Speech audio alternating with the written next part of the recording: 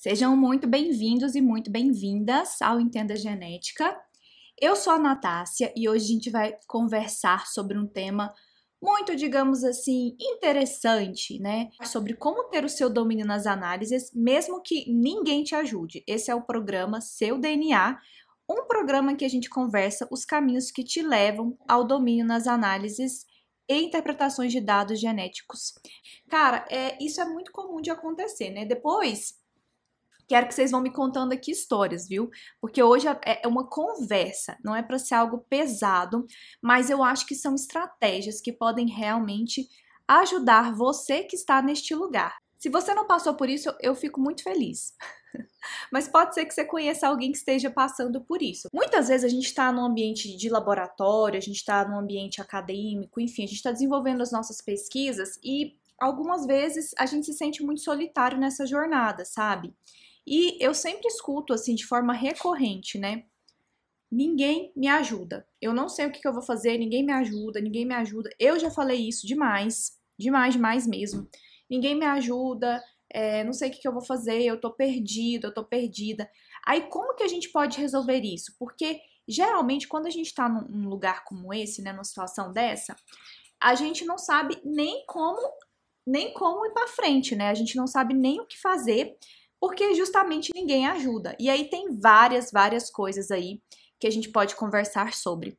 Mas a primeira coisa que a gente sente quando a gente tá num ambiente que você não sente ajuda, que você tem que mexer com os dados genéticos e que as coisas não vão para frente é você se sente inseguro, tá? Geralmente esse é o primeiro sinal.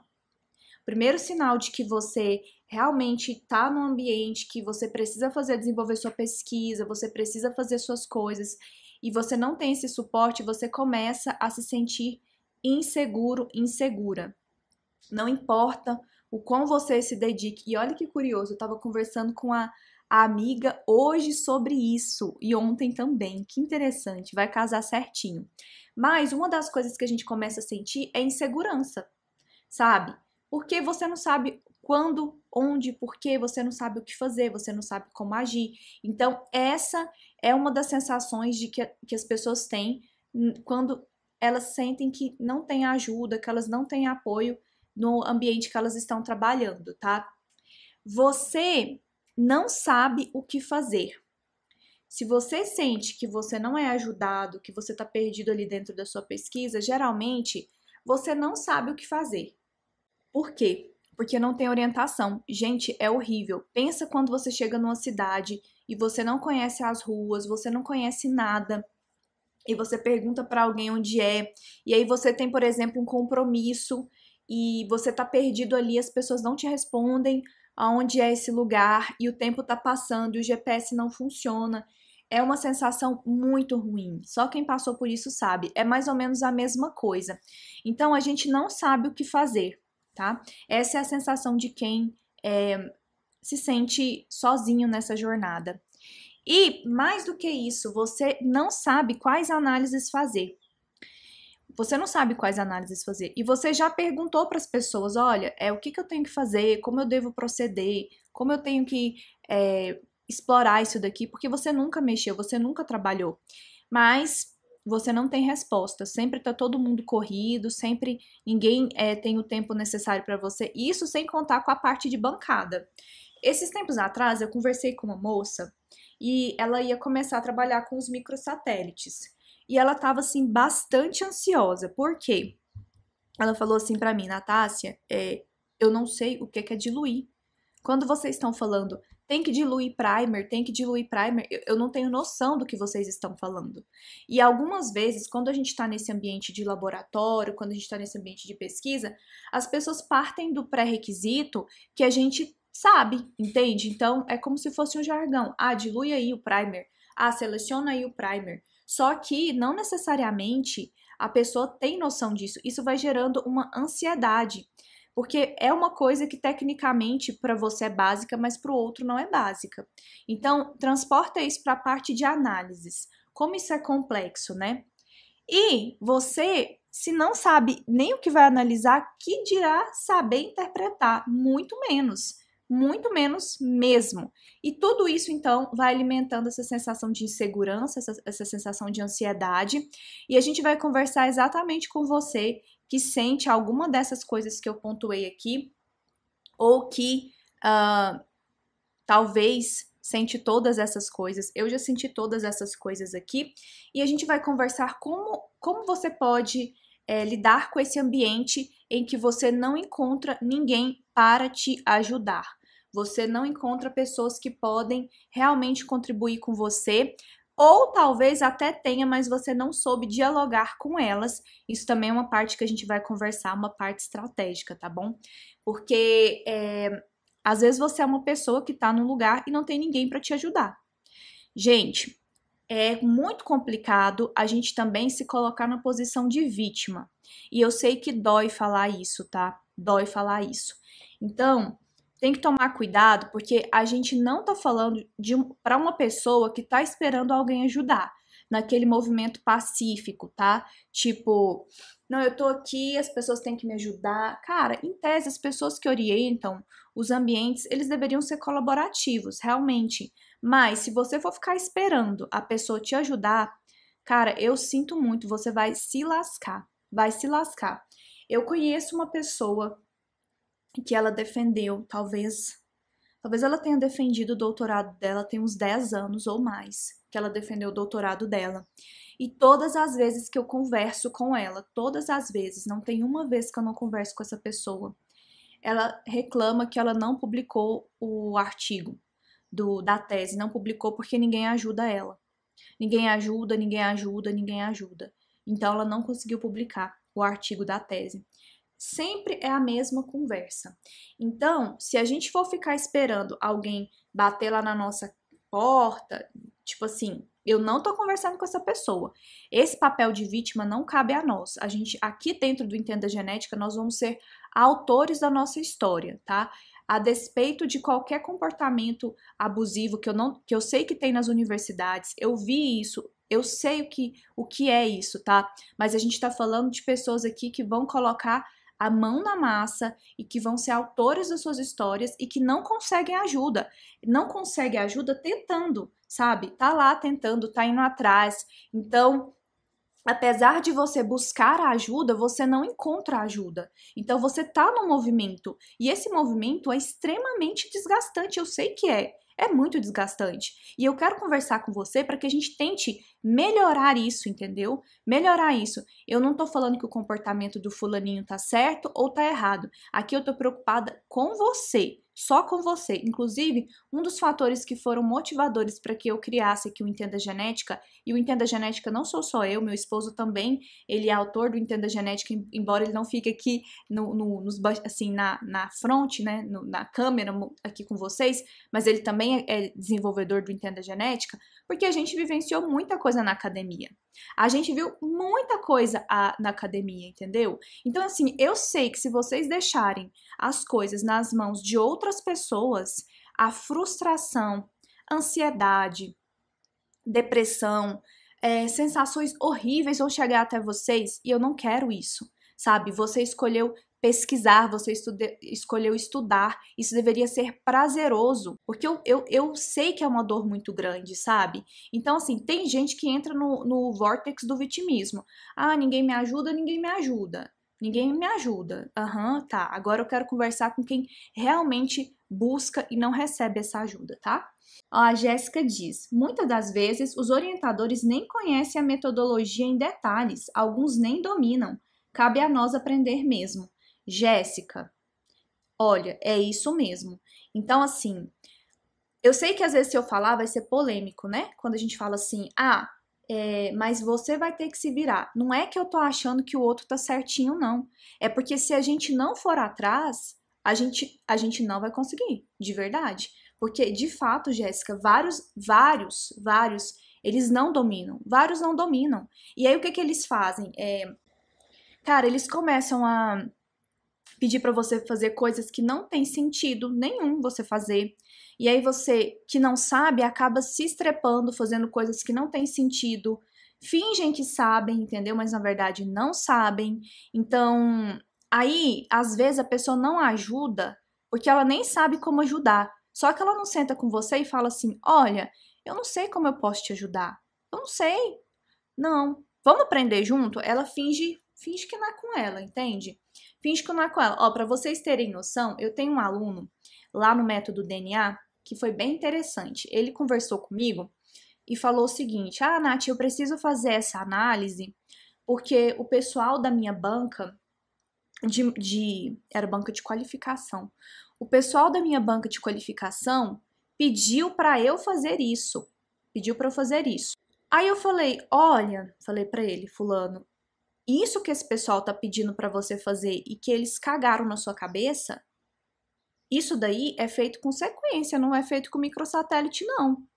Então, assim, ele não tinha chegado ainda nessa aula, mas o que eu quero dizer nessa situação, né, é que ele foi para uma defesa, as pessoas cagaram na cabeça dele, porque ele tinha que fazer uma análise que não era fazível com microsatélites.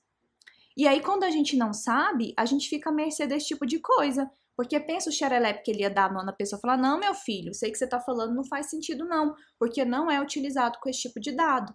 Entende? Então, é por isso que eu falo tanto para vocês que o domínio nas análises e nas interpretações em genética de populações, em dados genéticos, não é só apertar botões. Não é simples, eu não quero, por isso que eu não trago, eu tô conversando aqui com vocês um assunto sério.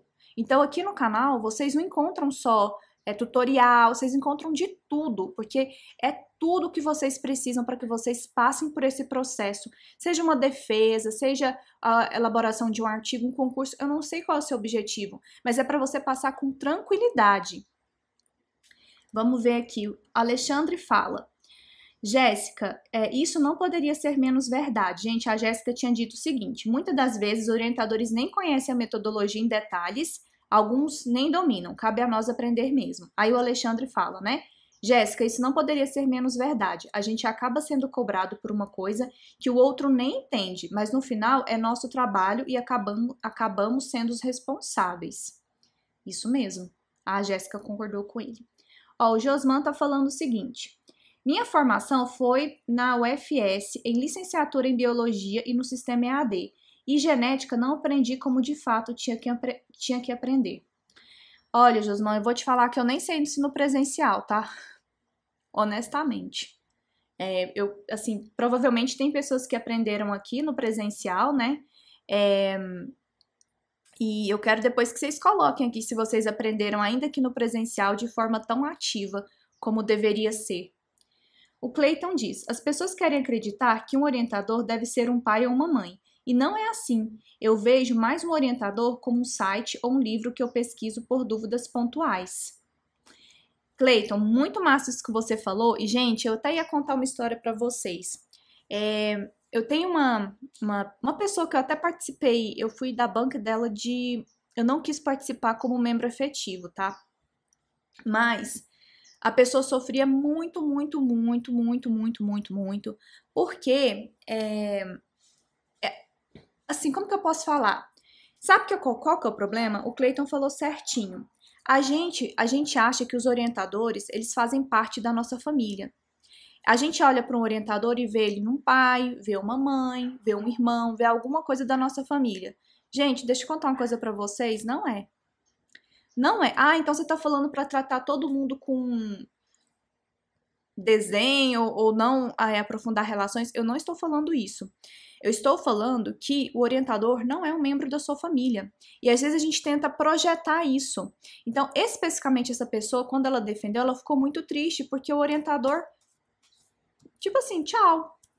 E aí você cria um laço, você acha que você deve alguma coisa, que você tem que fazer, que você... Não. E outra coisa também que eu sempre falo, quando vocês estão na pós-graduação, vocês são profissionais, vocês se formaram, vocês são graduados, vocês são profissionais. Não se enxerguem só na condição de aluno.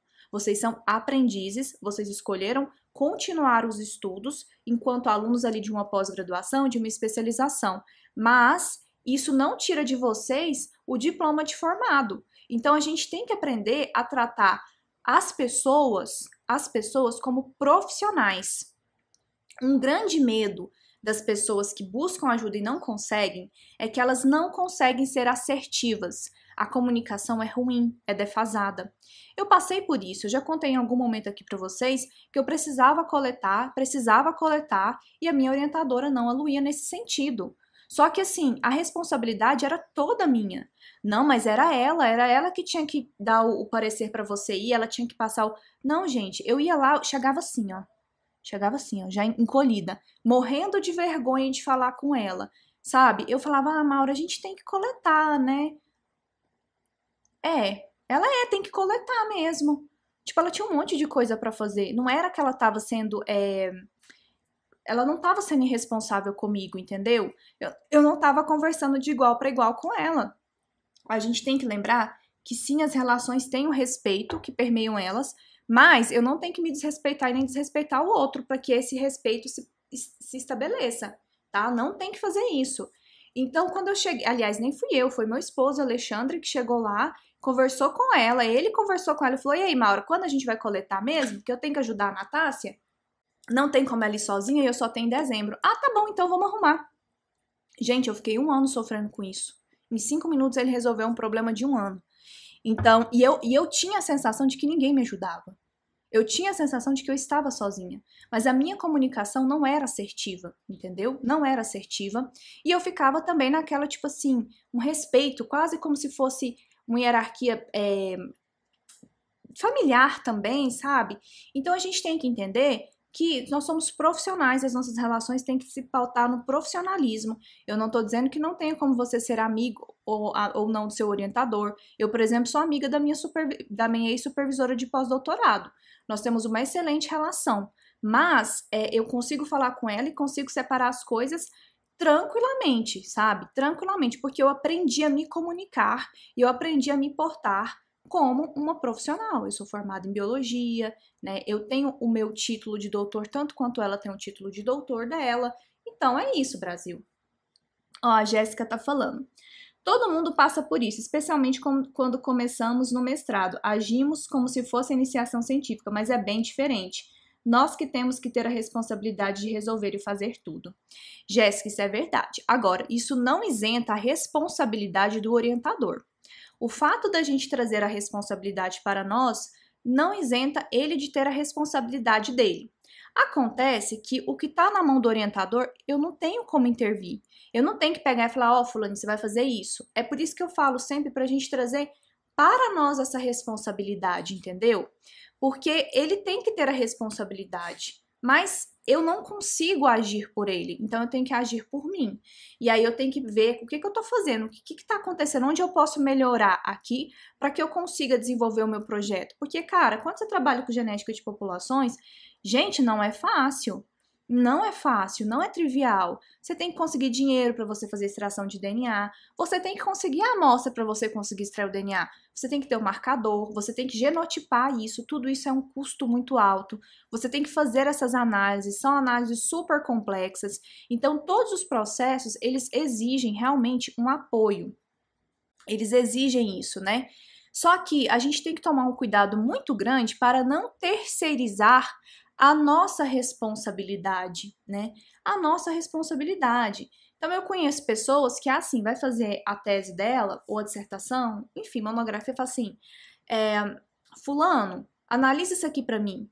Fulano, analisa isso aqui para mim. E vai fazendo uma colcha de retalhos e a pessoa não sabe responder o porquê que aquelas análises foram feitas, quais parâmetros foram escolhidos. E isso é uma bola de neve. Gente, olha, eu passei por isso na minha monografia. Eu não sabia analisar. Eu achava que era uma coisa de, assim, outro planeta, que nunca que eu ia conseguir aprender a fazer aquilo. Ou seja, são as nossas crenças limitantes. Porque se alguém consegue, eu também consigo. O que essa pessoa fez que ela conseguiu? Mas eu tinha pavor de estatística. Essa é a verdade. Eu tinha um pavor muito grande. À época, uma pessoa falou assim, olha, a fulana vai fazer sua análise. Tá bom, eu nem questionei, eu nem achava que tinha outra possibilidade. Eu achava que era uma coisa tão difícil que eu achava que era assim mesmo que fazia. Então, eu mesma não consegui fazer as minhas análises da minha monografia. Eu fiquei ao lado da pessoa fazendo e eu achava que era desse jeito. Nossa, mas você achava que era assim, gente? Eu achava que era. Eu de verdade, eu não sabia. Eu me incomodava, falava, mas por que eu não posso aprender? Não, a pessoa faz. E foi desse jeito, entendeu? E eu falei, no meu mestrado, eu não passo mais por isso. Eu não passo, entendeu? Eu vou aprender a fazer isso, porque aí na hora me perguntaram coisas, eu usei elementos estatísticos completamente equivocados, que não faziam sentido que eu utilizasse. Eu não consegui responder uma série de perguntas. Foi uma sensação assim horrorosa, tá? E aí nisso entra outros problemas dessa terceirização também, que eu acho complicado, porque nesse momento lá que eu defendi, e que foi ruim na minha monografia, a responsabilidade era minha. Foi quando eu percebi, cara, é minha. Ah, mas o fulaninho, não, mas é minha, sou eu que tô ali na frente. Então, eu, Natácia, sou absolutamente contra a terceirização dos dados de análise, de interpretação. Eu acho que vocês são capazes de fazer isso com uma orientação adequada. Tem uma história de uma aluna nossa do método DNA que uma pessoa do lab dela pagou para alguém fazer as análises, tá? Pagou. Você é contra isso, Natácia? Gente, eu não vou nem entrar exatamente nesse. Isso aí é particular de cada um, tá? É particular de cada um. Não vou entrar especificamente nisso agora. Mas, assim, só tomem cuidado, tá? Porque eu realmente sou a favor de você conseguir fazer as suas análises. E eu acho que quando você faz isso, você empodera da sua pesquisa, você sabe, você se aprofunda nos fundamentos da genética de populações, enfim. Mas, gente, essa pessoa pagou para essa outra fazer e chegou lá na hora da defesa, a análise estava errada. Só que como ela não sabia fazer a análise, como é que ela sabia que o que foi entregue para ela foi feito errado? Como é que ela sabia que aqueles parâmetros não estavam equivocados? Então, o domínio nas análises não é só apertar botões. Às vezes você não necessariamente vai ter que analisar um dado, você pode fazer parceria e outras pessoas analisarem o dado, mas você vai olhar para aquilo e falar: ah, não, o fulaninho aqui escolheu esses parâmetros acertadamente, é isso aqui, tá tudo certinho. Você não vai passar por nenhuma situação constrangedora. Resumindo, essa pessoa teve que reprovou, né, e teve que fazer novamente o processo de qualificação. Mas ela tinha pago, ela podia ir lá exigir para a pessoa, cara, eu paguei, por que você fez errado? Tá, mas aí qual a consequência foi para quem? Foi para ela, né? Então, essa questão da terceirização é quando você simplesmente não sabe nem o que está acontecendo. Eu posso delegar funções. Eu posso, por exemplo, fazer um trabalho em que a pessoa vai fazer para mim a análise de diversidade enquanto eu estou fazendo outra para a gente dividir as funções. Mas eu sei analisar e eu sei avaliar se aquilo que ela produziu faz sentido. Eu sei avaliar as parcerias que eu tenho. Tudo isso, né? Beleza. Eu sei que essa aluna minha viu aquela situação e falou: eu não quero que isso aconteça comigo. Eu não quero.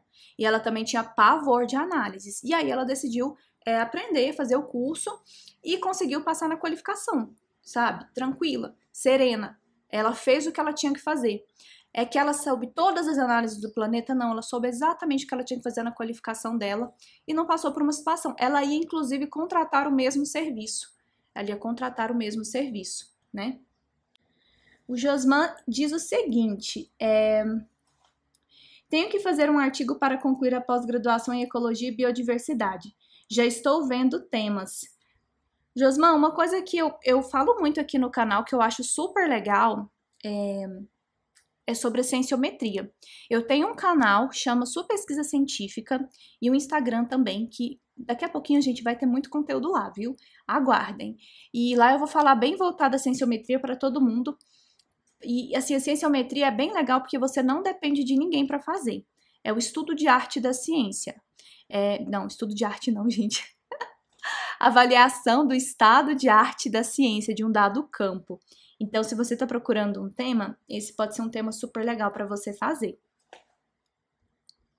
Ó, o Alexandre diz: infelizmente, somos educados para depender de um professor e deixamos a nossa autonomia na mão dos outros. Nos resgatar dessa limitação é um desafio, mas é necessário e libertador. Exatamente, gente, não é fácil não. Nossa, pra mim foi muito difícil, mas muito difícil mesmo. Só que hoje vocês não têm noção da paz que eu sinto, de verdade. Quando eu me enxerguei como profissional, como a autora da minha história, sabe? Nossa, foi muito muito libertador. Então, gente, quando a gente entra naquela espiral de lamentação, é perder tempo, é desgastar energia, sabe? Gente, eu lembro uma vez que eu tinha saído com o pessoal do laboratório. Todo mundo, genética de populações, diversidade genética, filogeografia, o tema que a gente está conversando aqui. E uma pessoa foi junto comigo, que era fora desse ambiente de laboratório. Ele falou, gente, vocês só reclamam o tempo inteiro. Vocês saíram, vocês só reclamaram o tempo inteiro. Vocês não fizeram nada, só reclamaram. E eu olhei e eu falei, não, mas a gente estava desabafando. A pessoa não ajuda a gente, eu não tenho apoio assim, assim, assado. Ela, não, você estava gastando sua energia. Mas você não entende, ela é assim, a pessoa é assim, é assado. Ela não me apoia, eu não sei o que fazer. Tá, mas e aí? Eu demorei a entender, a virar a chavinha, entendeu? Que estar naquela posição de só reclamar não ia resolver o meu problema. Porque de repente a gente entra no vício, gente. Começa a lamentar. Tá, eu posso reconhecer, olha, a pessoa que tá me orientando não tá fazendo a parte dela. Beleza, o que que eu vou fazer com isso para eu resolver e mudar essa situação? Porque ficar reclamando sem a pessoa nem saber que eu tô reclamando também é complicado, né? Porque vocês já perceberam que algumas vezes a galera reclama, mas a pessoa em si, o orientador em si, não tá nem sabendo o que que tá acontecendo. Ah, mas ele deveria saber, mas não sabe. Porque se soubesse, estava fazendo diferente, entendeu? Então, assim, a gente realmente tem que pegar essa responsabilidade para nós e conversar. A gente já vai entrar nessa parte da comunicação assertiva, mas também tomar decisões. De repente, se você está num ambiente que você está tentando de tudo e você não consegue essa ajuda, cara, ninguém me fala nem onde está o primer.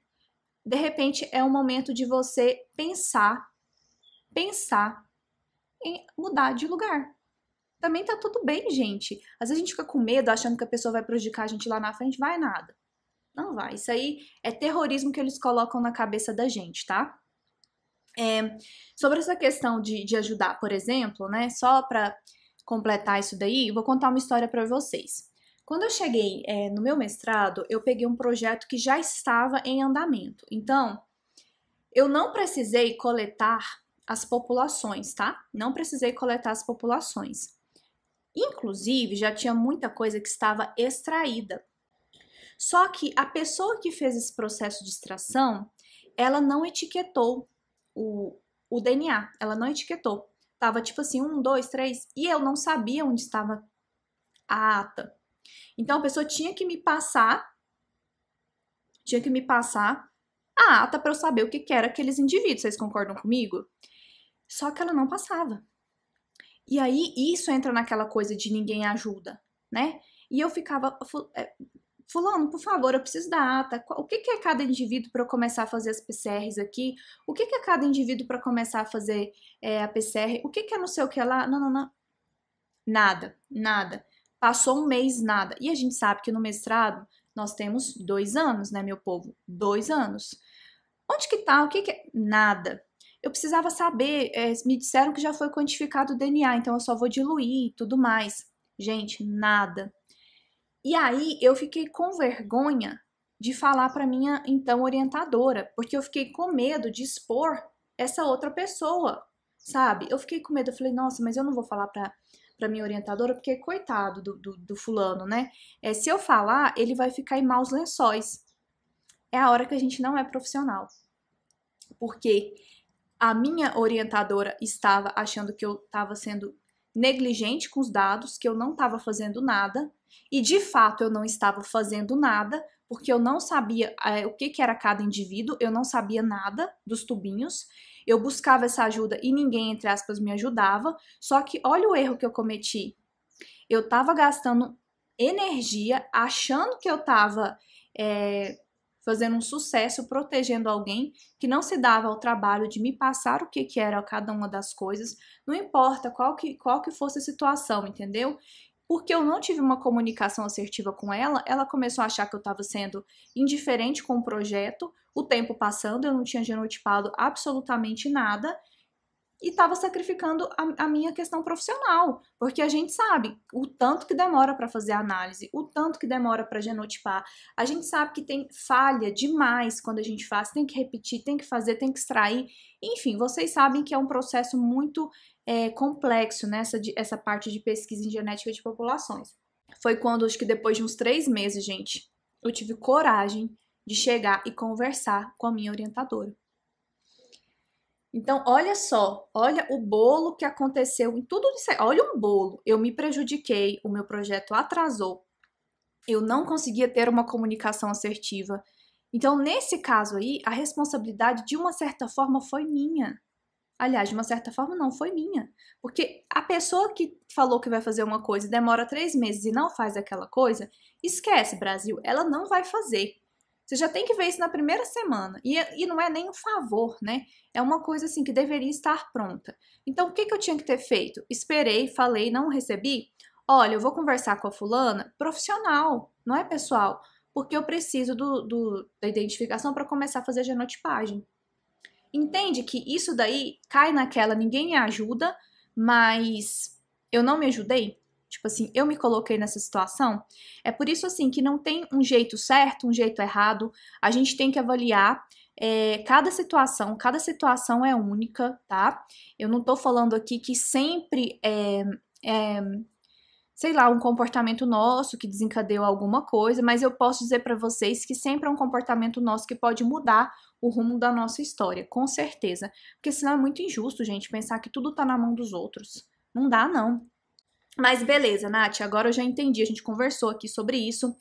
E eu quero entender o seguinte, como é que eu faço então para eu ter domínio nas análises e nas interpretações em genética de populações, se ninguém me ajuda, se eu não tenho esse apoio? O que eu posso fazer para eu desenvolver as minhas coisas? Primeira coisa que eu sugiro fortemente que você faça, meu caro, minha cara, faça disciplinas mão na massa. Procura aí no seu programa, procura na sua universidade, disciplinas que você possa mexer nos programas estatísticos. Que você possa aprender a dominar os programas estatísticos. Todos os programas do universo e de todas as linhas temporais da Marvel, não. Você vai aprender aquilo que você precisa para responder a sua pergunta biológica. Comece com isso, tá?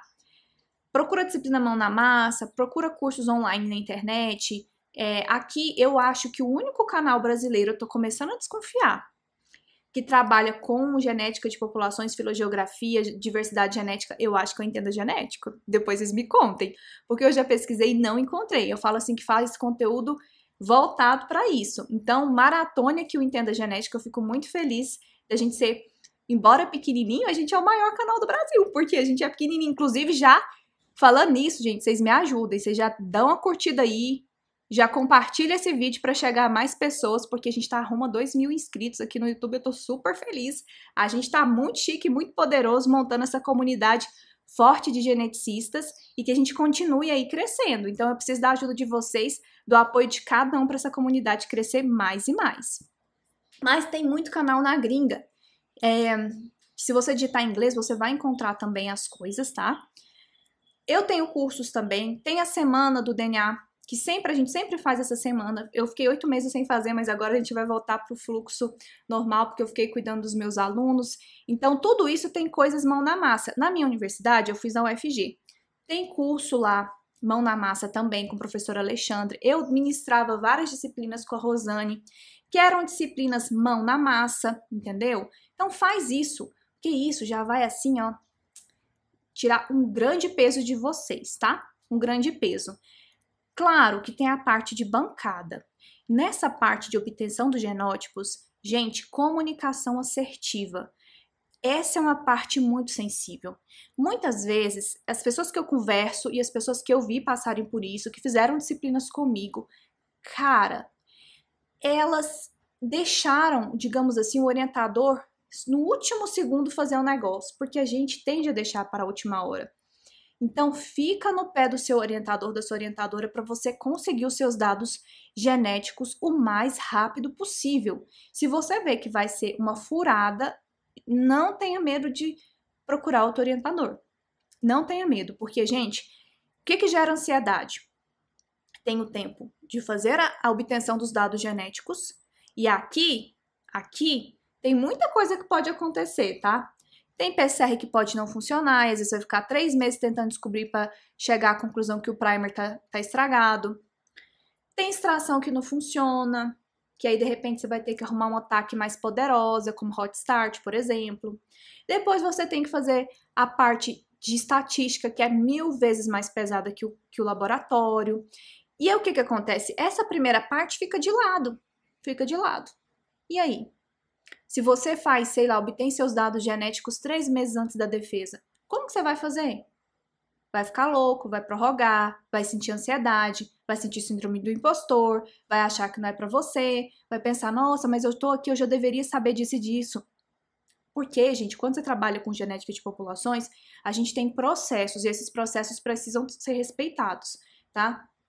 Se você quer colher alface, vai ter um tempo. Você vai plantar e rapidinho você vai colher. Se você quer colher manga, você vai plantar e vai demorar muito tempo para você poder saborear a manga. A mesma coisa é com domínio nas análises. Mas se você nunca plantar, você nunca vai colher.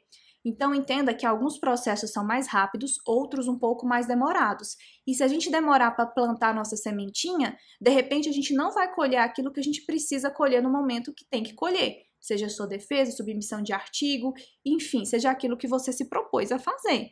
Então, se liga nisso, fica em cima da pessoa, da criatura e tenha sempre um plano B e C na manga. Sempre tenha. Eu já fiz conteúdos aqui, vocês procurem esses conteúdos, tá? Sobre como a gente pode desenvolver um trabalho em genética de populações sem ter dados genéticos, tá?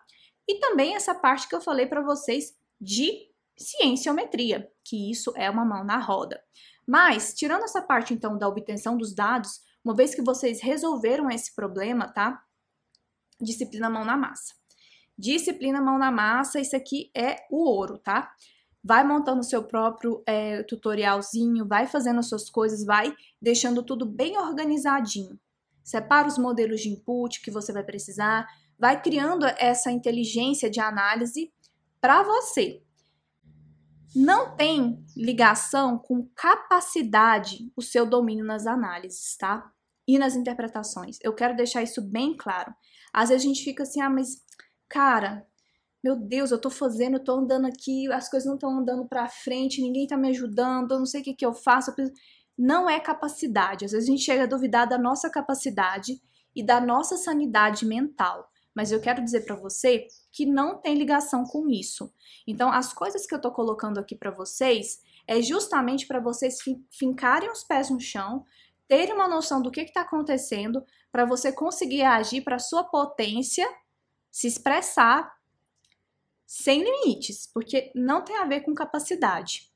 Então, eu só quero conversar com vocês algumas reclamações aqui que eu recebo para a gente pensar dentro desse leque, né, do eu não tenho ajuda e eu preciso fazer as minhas coisas, né, desde que você esteja nesse movimento de buscar essa ajuda, mas você não consegue resolver esse emaranhado de problemas, como a gente pode pensar em cada problema e de repente um deles pode estar acontecendo com você, tá bom? Gente, eu fico conversando com vocês e fico, ó, no café, sou viciada. Inclusive, estou fazendo umas canequinhas tão bonitinhas, maravilhosas, logo eu mostro pra vocês. A Rosiane, sim, você é perfeita, obrigada. Oh, meu Deus! Obrigada, lindona. Sempre tá aqui, a Rosiane. Muito obrigada. Vamos lá. Primeira situação em que estamos ali falando que não temos ajuda, não sabemos o que fazer, estamos tentando. Meu projeto não foi definido. Cara, isso é tenso. Porque você pensa, conversa e, de fato, você tá querendo desenvolver sua pesquisa genética de populações, mas a primeira coisa é definir o projeto, e se o orientador não define o projeto, como que você faz? Gente, eu mudei de projeto no meu mestrado. Eu acho que foram umas 5 vezes, inclusive de orientador. Eu mudei 5 vezes, de verdade. Foi muito estressante, muito estressante. E no meu doutorado, O meu projeto, ele foi modificando ao longo do tempo, mas ele foi modificando para melhor, ele foi melhorando, tá? Então, assim, o que eu tenho para falar para vocês é que eu sei a diferença entre não ter um projeto definido e ter um projeto definido. E definitivamente, um monte de definido, né? Ter o definido é melhor do que o indefinido. Gente, essa é a parte da comunicação assertiva. Nessa parte, você não pode titubear. É claro que a gente tem que tomar cuidado, porque geralmente alguns orientadores e orientadoras melindram, tá? Então não adianta chegar lá chutando com o pé na porta, não. Como é que eu sempre sugiro para os meus alunos, para vocês aqui fazerem, tá? Quando vocês forem conversar sobre um assunto que é tão sensível assim, e que às vezes a pessoa vai achar que você tá acuando ela pode achar que você tá cobrando, né? Porque tem isso, as pessoas não percebem que é importante para você fazer aquilo e estão nem aí. Então você tem que fazer de um jeito.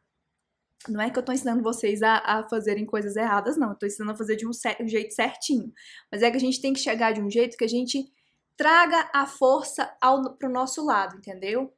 Fazendo aí uma analogia com Star Wars. Então, você vai pegar uma das aulas que eu fiz aqui de tempo e vai chegar pro seu supervisor, supervisora e vai mostrar para ele, olha, fulano, a gente tem tantos anos para eu fazer essa pesquisa, tanto tempo aqui a gente tem que dedicar para o trabalho de bancada. Aí o tempo, gente, não é aquele cronograminha de final de projeto que vocês fazem, não. Vai olhar que a aula que eu fiz ensinando. Olha, aqui eu tenho que fazer essa análise. Isso aqui demora 3 meses. Isso aqui demora tanto tempo. Se a gente não definir o projeto agora, é provável que eu vá prorrogar. É provável que eu vá perder meu prazo. Então, mostre fatos. Vá conversar com a mente aberta, tá? Olha, eu tô conversando aqui com você pra gente pensar qual pode ser a nossa melhor estratégia de ação. A nossa. Eu pensei nisso e isso em virtude desse prazo assim, assim, assado. O que que você acha? Entendeu? Aí joga a bola pra pessoa. Como a gente pode fazer isso? Vamos sair com isso decidido agora? Faz isso, gente, a comunicação assertiva. Quando a gente consegue fazer esse tipo de conversa, tudo flui melhor. Mesmo que ele seja uma pessoa mais emperrada, vai fazendo dessa forma, mostrando os elementos, porque aí você tem fatos para argumentar. Porque senão ele vai falar, não, em 6 meses você dá conta disso. Porque tem. Aí você vai falar, olha, professor, eu me conheço e assim, eu não consigo desenvolver isso nesse prazo. O prazo que eu consigo desenvolver é esse, tendo em vista que eu não tenho essa experiência, tá? Não. E vai fazendo dessa forma. Gente, se vocês tentarem e não conseguirem, mais uma vez, não tenham medo de encontrar um outro supervisor, uma outra supervisora, porque é muito melhor você fazer isso no começo do que fazer isso faltando 3 meses para sua defesa com uma relação já desgastada. Eu, claro, não vou ficar estimulando vocês aqui ficarem rompendo parcerias, não é isso. É para vocês terem uma avaliação crítica da situação, tá? Como é que tá a situação agora? Como que eu posso fazer? Vai para frente, não vai para frente? Olhe o histórico daquela pessoa. Como é que foi com os outros alunos? O que aconteceu com os outros alunos? Deu certo? Deu errado? Quais foram as falhas? Não é para vocês estarem fofocando, não é isso. É para vocês observarem, porque assim a gente consegue ver o padrão comportamental dessa pessoa, beleza? E aí você consegue tomar decisões mais assertivas. Galera, a outra coisa que pode ser, não tem experiência no lab. E aí isso é complicado. Pelo caso que eu contei pra vocês da moça, né?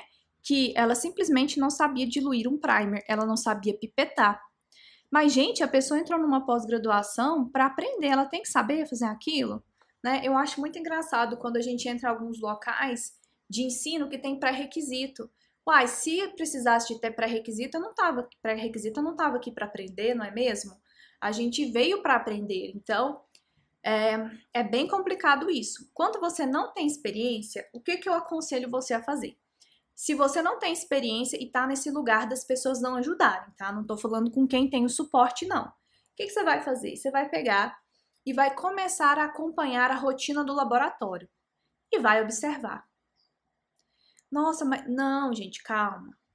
Só observa, fica uma semana, conversa com alguém e fala, fulano, eu não tenho experiência aqui no laboratório e eu não sei pipetar, eu não sei diluir, eu não sei fazer nada. Deixa eu te acompanhar, tudo que você for fazer, eu vou fazer. Vai lavar a vidraria junto, vai ficar junto, fica junto, porque às vezes a gente fica esperando alguém ensinar a gente. E às vezes a pessoa não vai te ensinar, não é porque ela tem problema com você, é porque às vezes ela não tem tempo. Às vezes ela pensa assim, nossa, amanhã eu vou ensinar o fulano, mas chega uma outra demanda e eu vou te falar que você às vezes nem é prioridade para ela. Mas não é no sentido ruim, entendeu? Não é no sentido ruim. Gente, quantas vezes eu recebo mensagem das pessoas loucas para eu ajudar com as análises e eu não tenho tempo. De verdade, eu não consigo. Tipo, se eu for ajudar todo mundo que chega com as demandas, eu não saio da cadeira. E nem como. Eu não consigo. E é porque eu não quero fazer? Não, o meu coração até dói. Eu tive que, quando eu entrei na rede social, aprender a falar mais não ainda. Por isso que eu trouxe a parte de. A gente tem as consultorias que são gratuitas e para todo mundo. Porque assim eu consigo ajudar várias pessoas, atendo uma pessoa e aí isso é feito em formato de lives, e aí as pessoas podem assistir essas lives depois, podem verificar se aquela dúvida que tem na pessoa também é uma dúvida que tem nela, né? Dentro das expectativas que ela tem de desenvolvimento de pesquisa. Enfim, a primeira coisa que eu tenho é, de sugestão, vai acompanhando essas pessoas no laboratório, porque pode ser que ela nunca te ensine a fazer. Quando você já tiver um pouquinho mais de intimidade, fala, você permite que eu pipete? Eu posso pipetar aqui? É assim, gente, é devagarzinho, tá? Outra coisa, aproveite os elementos tecnológicos para vocês. Tem um aplicativo super legal que chama MyLab, acho que é MyLab.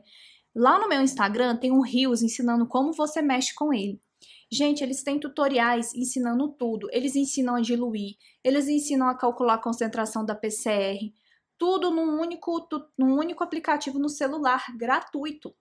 Depois olha lá, tem um Reels que eu explico certinho, acho que chama Lab Hacks, que é o nome do aplicativo. E usa o aplicativo a seu favor.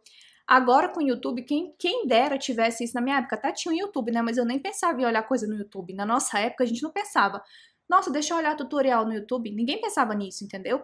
Mas hoje a gente tem um monte de empresas como a Thermo Fisher, no YouTube, a Applied, tudo lá, com um monte de tutorial ensinando a gente a fazer. Se vocês entrarem, por exemplo, na página da Thermo Fisher, eles ensinam como você faz a PCR, como você dilui o primer.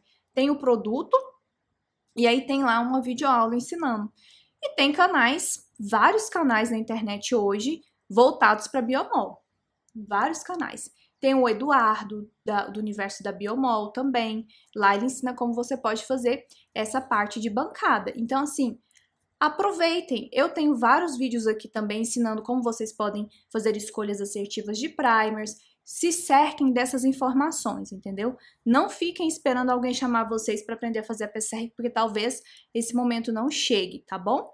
Isso pode ser uma estratégia que funcione para você, caso você não tenha esse apoio da pessoa te ajudar, mas você vai chegando de pouquinho e vai acompanhando essas pessoas.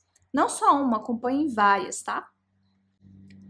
Não tenho habilidades estatísticas e eu preciso de ajuda e ninguém me ajuda. Gente, esse é o universo que talvez você fique mais solitário. É nessa parte das habilidades estatísticas, das análises estatísticas. Esse é um momento de solidão mesmo, tá? Porque exige muito da gente sentar, avaliar, estudar, decidir quais análises serão feitas. Então, uma sugestão que eu dou para vocês é a seguinte: verifiquem quais análises vocês precisam fazer. Olha para a nossa live, a nossa aula de elaboração de perguntas científicas, de como fazer um trabalho em genética de populações, tá? E aí, o que você vai fazer? Você vai pegar a sua pergunta científica, sua pergunta biológica, e aí você vai pegar quais análises que respondem a essa pergunta. Comecem por elas. Vejam quais análises o pessoal do seu laboratório utiliza. Olha artigos que você queira fazer parecidos com o seu. Corre atrás de aprender a fazer essas análises. E, ó, análise estatística, gente, é igual bolo. Se você pegar uma receita, você consegue fazer. E aí você vai aprendendo, vai aprimorando com o tempo. O que eu posso falar para você é, nunca deixe para depois fazer isso, tá? Esse é um negócio que o maior erro que você pode ter enquanto geneticista de população, quem está pesquisando isso, é deixar para o final. Não deixe para o final, porque começa a ter ansiedade, a gente não sabe os parâmetros. Nossa, eu tava até conversando com meu esposo ontem sobre como eu recebi a mensagem antes, né? Antes de eu abrir o Entenda Genética, só assim, Nath, eu tô atrasada, eu não sei o que que eu faço, o que que eu aperto aqui? Eu falava, tá, mas o que que você quer fazer? Não, só me fala o que que eu aperto, eu só quero saber o que que eu aperto, porque a pessoa queria resolver o problema, mas infelizmente não é só apertar botões. Envolvem várias coisas de escolha, de inteligência, de análise, que vai respingar lá na frente, tá? Estou inseguro é outra reclamação, né, de quem não sente ajudado ou acha que não está sendo ajudado, enfim. Gente, é muito comum você se sentir inseguro quando você não sabe o que tem para fazer. E quanto mais você se sente deixado de lado, mais inseguro você sente, porque você pensa, o que eu tô fazendo de errado, gente? E aí é um buraco que eu não quero que vocês entrem. Porque quanto mais a gente sente isso, pior fica. Eu posso reconhecer que eu tenho inseguranças, mas eu não me manterei nesse lugar de estou inseguro. Eu não vou colocar essa tarja na minha cara, e vocês também não. Então, para você contornar essa questão da insegurança em relação às suas pesquisas em genética de populações, o que você tem que fazer é saber exatamente o caminho que você vai seguir. A insegurança, ela surge quando a gente não sabe o que vai acontecer, não sabe por qual caminho tomar a decisão. Então, verifique qual que é o seu projeto, quais são os seus prazos, quais perguntas você vai responder. Tenha tudo isso bem respondidinho para que você tenha o máximo de autonomia possível. Gente, quando eu falo aqui não depender dos outros, isso não significa não ter parcerias. Eu não acho que tem que ser um caminho solitário. Eu amo fazer parcerias, mas a dependência não é a mesma coisa da colaboração. Quando você está no papel de depender do outro, é como se fosse esse empilhado aqui de cartas que vocês estão vendo, né? Se a pessoa fizer assim, pode ser que desmorone. Porque não foi uma relação que foi construída na colaboração. Quando você colabora, eu recebo alguma coisa, o outro recebe alguma coisa e nós crescemos juntos. Não é simplesmente numa questão de barganha, não é uma questão de companheirismo, né? Mas quando a gente está na mão dos outros, quando a gente fica dependente, é um lugar muito perigoso, porque a dependência, ela não gera autonomia, ela não gera conhecimento. Eu era uma pessoa muito insegura no começo da minha jornada. E eu tinha uma dependência muito grande, principalmente no meu primeiro ano de mestrado, do meu amigo Didi, que eu amo de paixão. Mas porque eu achava que ele era muito bom em estatística, eu achava que eu não era. Então, tudo pobre do coitado, eu perguntava para ele. Mas eu perguntava no sentido de insegurança e da dependência. E eu falei, caramba, eu tô ajudando o Edivaldo, eu tô sendo uma pessoa que suga o bichinho e não tô crescendo, entendeu? Então eu não posso ser essa pessoa da dependência. Eu tenho que ser uma pessoa colaborativa, eu tenho que ser uma pessoa que eleva energia, que põe o grupo para frente. Foi quando eu resolvi correr atrás de aprender mesmo. Eu comecei a fazer tutorial, eu comecei a fazer um monte de coisas para ter o meu domínio nas análises, e eu posso dizer para vocês que quando eu defendi o meu doutorado, foi um dos momentos mais felizes da minha vida, sabe? Eu realmente me senti muito realizada ali, eu tive muita segurança para fazer o que eu fui fazer ali, que era sustentar a minha tese. Então, olhe bem para isso. Quando a gente fala assim, eu não recebo ajuda, eu não estou conseguindo andar, tente criar uma colaboração para você, tente criar uma rede de apoio científica.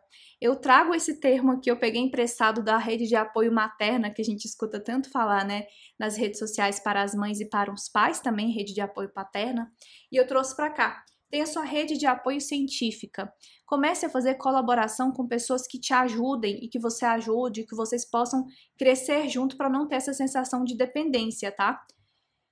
Para a gente poder, com tudo isso, desligar a nossa insegurança. A gente pode fazer isso. Quando você tem o domínio nas análises e nas interpretações, você consegue desligar essa insegurança porque você se coloca no lugar de aprendiz e também de colaborador. Isso é muito bom. Quando a gente tem a comunicação errada, tá, com as pessoas, é a forma com que as coisas desembestam para um lado muito ruim. E aí pode ser que a gente nunca vai sair do lugar, ninguém me ajuda. Tá? E aqui, como eu falei, eu não estou dizendo do comportamento do outro. O outro pode ter um comportamento errado, mas talvez se ajudar é inclusive sair desse ambiente, entendeu? Então, às vezes, você está conversando com a pessoa, por exemplo, sobre maçã verde, ela está entendendo maçã vermelha. Ou seja, a comunicação ali, ela não está sendo assertiva. Você entende uma coisa, o outro entende outra e os dois estão entendendo coisas completamente distintas. Então, sempre tente organizar os seus pensamentos antes de entrar numa reunião com alguém. Sempre tente organizar os seus pensamentos para pedir ajuda para alguém. Gente, pedir ajuda não tem problema nenhum. O problema é você esperar essa ajuda, mas pede mesmo.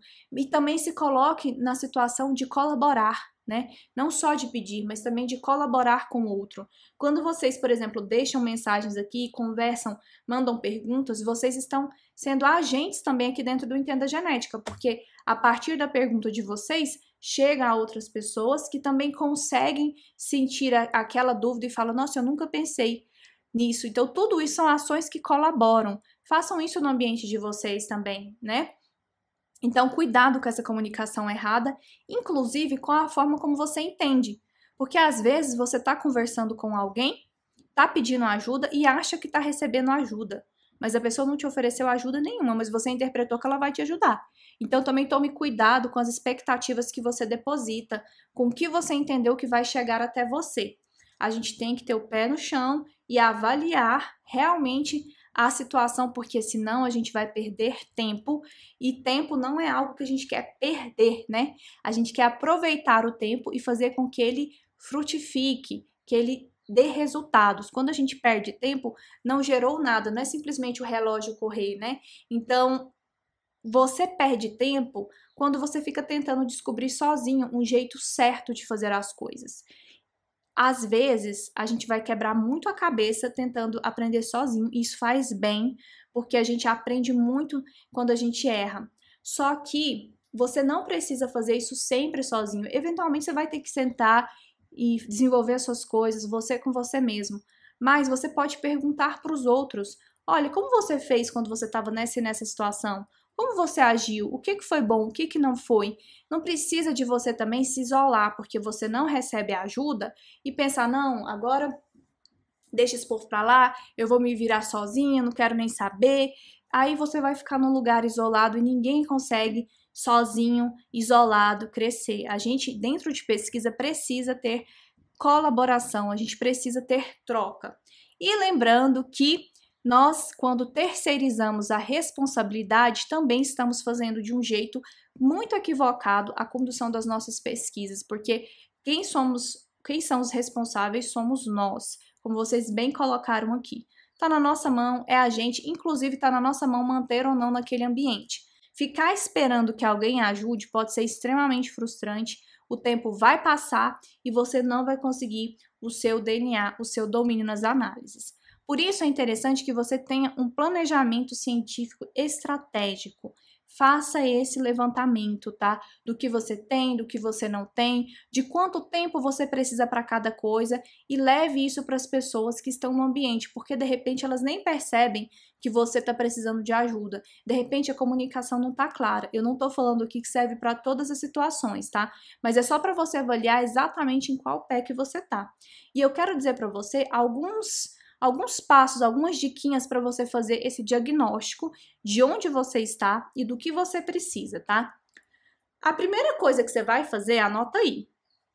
Você vai escrever qual é a sua dificuldade, beleza? Essa é a primeira coisa que você vai fazer. Qual que é a sua dificuldade? Eu, Natácia, não sei qual que é a sua dificuldade, eu sei qual que é a minha. Provavelmente, o seu orientador ou sua orientadora nem imagina qual que seja a sua dificuldade. Às vezes, nem a gente sabe qual é a nossa. Então, pare e pensa, qual é a sua dificuldade hoje em relação ao seu projeto de genética de populações, em relação ao desenvolvimento da sua pesquisa, ao seu domínio nas análises, ao seu domínio nas interpretações. Cada um tem o seu. Depois que você identificar esse negócio, você vai para o próximo ponto. O que você precisa para resolver esse problema? Inclusive, essa é a hora mais sensível. Você vai pensar, o que eu preciso para resolver isso? Você identificou o problema, sua dificuldade, agora como que você vai resolver? Porque identificar a dificuldade é relativamente fácil, ela dói, né? Agora, encontrar a solução é um pouquinho mais difícil. Então, o que eu preciso resolver? Tá, como eu vou resolver isso então? E o que eu preciso para resolver? E quais habilidades eu preciso desenvolver para resolver esse problema? porque aí você traz também para você. Quanto mais está na sua mão, não é para ficar pesado, é para você sentir autonomia, para você sentir empoderamento do seu projeto. Então você vai elencar as habilidades que você precisa desenvolver para isso e elenque as habilidades que você tem, porque de repente você nem precisa desenvolver aquela habilidade. De repente é uma habilidade que você tem e você nem imagina que você tem e tá super fácil de você resolver os problemas, tá? Faça uma listinha de quem você sabe que pode te ajudar ou quem potencialmente poderia te ajudar. Gente, sempre tem uma alma caridosa e boa no lugar que nós estamos, tá? Então pensa em quem pode ajudar você no seu projeto ou que pode ajudar você no seu projeto. É uma disciplina? Onde é essa disciplina? É um curso? Onde é um curso? Então, peraí, eu vou me planejar para fazer isso. Quem são as pessoas que eu posso me cercar, que eu posso também colaborar e que podem colaborar comigo? Então, você vai fazer essa listinha. Olha só como cada coisa tá costurada aqui, tá? Lista também qual contrapartida você pode oferecer para essa pessoa. O que você pode oferecer para ela? Nossa, Natácia, mas você tá barganhando. Não, gente, são as relações. Porque quando a gente só tira, e eu não tô nem falando que você tem que, tipo assim, oferecer uma análise, não é isso, mas você pode oferecer um ombro amigo, você pode ter uma amizade com essa pessoa, o que você pode oferecer para essa pessoa? Seu tempo, você pode oferecer uma ajuda, de repente, para ela no momento de extração de DNA, não sei, elenque aí. Faz sentido para vocês esse diagnóstico para que você saia desse lugar de resolver, né? Porque aqui a gente está conversando com quem está tentando, né? Quem está tentando e não consegue ainda assim ter a ajuda. Vocês acham que faz sentido para vocês essa estratégia que eu coloquei aqui de diagnóstico? Então pensa, você vai identificar aí qual é a sua maior dificuldade. Depois, como você vai resolver essa dificuldade? O que você tem que fazer? Qual que é a solução? O que você precisa desenvolver para isso? E quem pode te ajudar? E o que você pode fazer por essa pessoa? Tá vendo que tá tudo amarradinho? Para mim faz super sentido pensar dessa forma. Gente, e mais do que isso, eu tô conversando aqui com você. Você pode. Você pode. Se eu pude fazer, você pode. Acredita em mim. Se eu conseguir, você pode. Eu tinha muita dificuldade. Eu tinha tudo para falar assim, não é para mim, mas você pode. Todo mundo pode. Todo mundo é capaz. Se você pegar e colocar a mão na massa e for atrás, como você tá fazendo aqui agora, sentado, escutando, anotando, pensando em como você vai fazer suas coisas, eu quero dizer que você pode. Todo mundo é capaz. Todo mundo é capaz. Mesmo. A gente só não vai desenvolver a nossa capacidade se nós ficarmos parados esperando que alguém faça isso por nós. As pessoas não farão isso por nós, mas você pode. Cerque-se de pessoas que têm esse tipo de pensamento. Eu tenho absoluta certeza que você vai brilhar muito na sua escolha, buscando esse entendimento, buscando essas estratégias, buscando esse tipo de crescimento por você, tá? E que a força esteja com você, aqui parafraseando, né, Star Wars, que a força esteja com vocês, parafraseando o Jedi. Eu tenho certeza que está.